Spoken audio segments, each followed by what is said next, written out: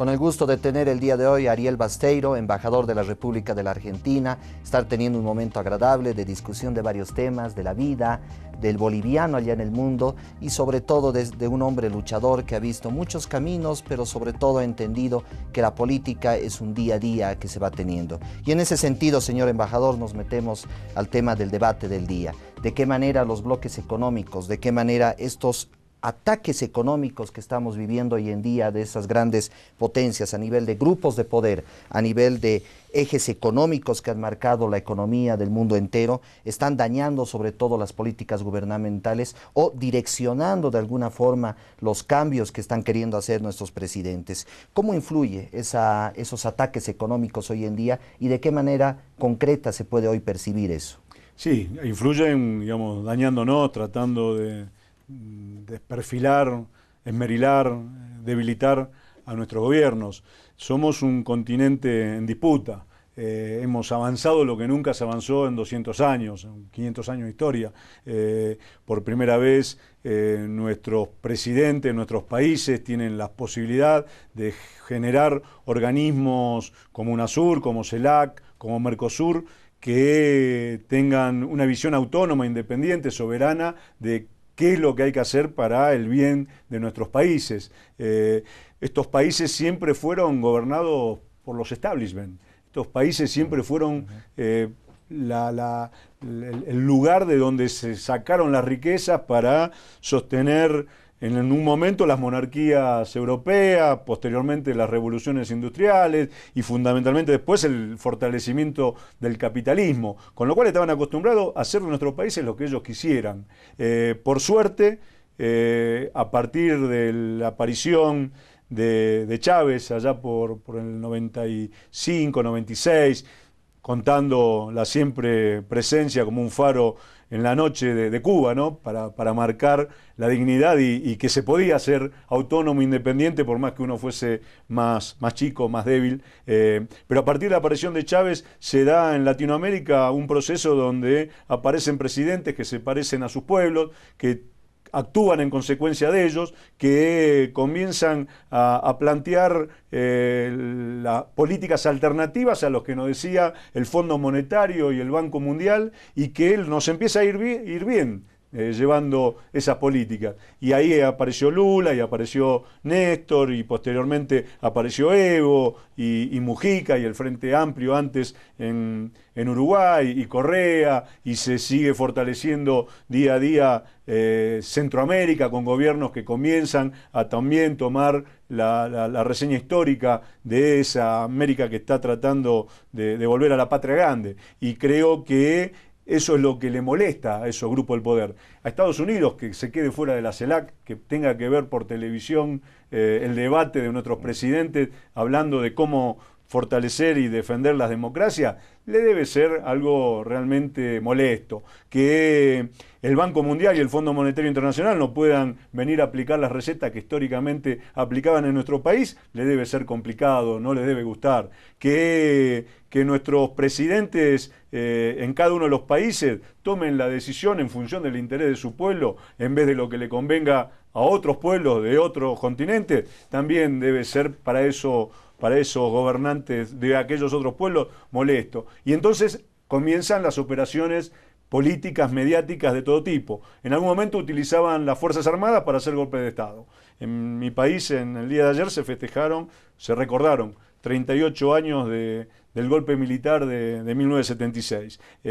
Utilizaban las Fuerzas Armadas para terminar con procesos populares, con procesos que también intentaban agarrar la senda que por suerte en nuestros países pudieron tomar en este principio del siglo XXI. Y hoy tienen otros elementos, otros instrumentos, son más inteligentes quizás a la hora y mucho más escondidos, esconden mucho más la bala y utilizan muchas veces a las corporaciones mediáticas, muchas veces corridas financieras o económicas para debilitar nuestro gobierno, nos provocan desabastecimientos porque también en nuestra economía en la década del 90 fue extranjerizada, entonces sobre 500 empresas importantes en Argentina, 300 son extranjeras y muchas de esas 300 son de alimentación, entonces cuando en algún momento hay desabastecimiento, muchas de las veces no es porque falte el alimento, porque no se pueda poner en la góndola, sino que hay una intencionalidad. Es lo que pasa hoy en Venezuela, que pasó aquí en Bolivia.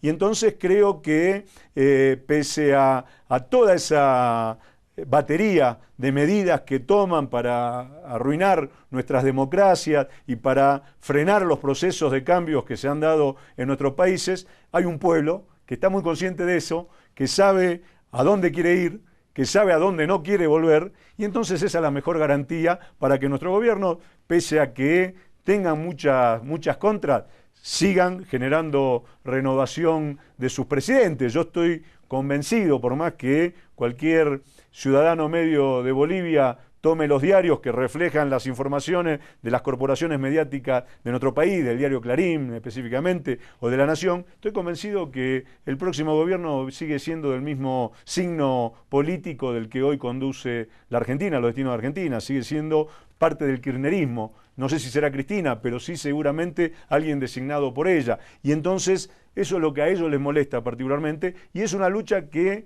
en gran parte está en la responsabilidad de los pueblos poder sostener a estos gobiernos. Pero si estas estrategias que están cambiando, están diversificando estos bloques de poder, aún generan influencia, entonces ¿por qué no mueren? ¿Por qué no de alguna manera los países que estamos entrando en un bloque distinto, en una política distinta, no podemos generar una influencia al nivel que ellos han generado y que históricamente lo han hecho? Muchos autores en la historia política, Hugo Semmelmann, Enrique Dussel, nos están hablando justamente de estos procesos de cambio que estamos viviendo, pero que aún existen barreras duras de poderlas superar. Y en este caso es de qué manera o de qué estrategia aún no podemos conseguir. Por eso digo, son poderosísimos y son implacables y tienen poder económico a veces más importante que el de nuestros propios países. Esas empresas multinacionales, corporizadas, unidas en un solo bloque, muchas veces tienen mayor presupuesto que el presupuesto que pueden tener algunos en otros países para la defensa, para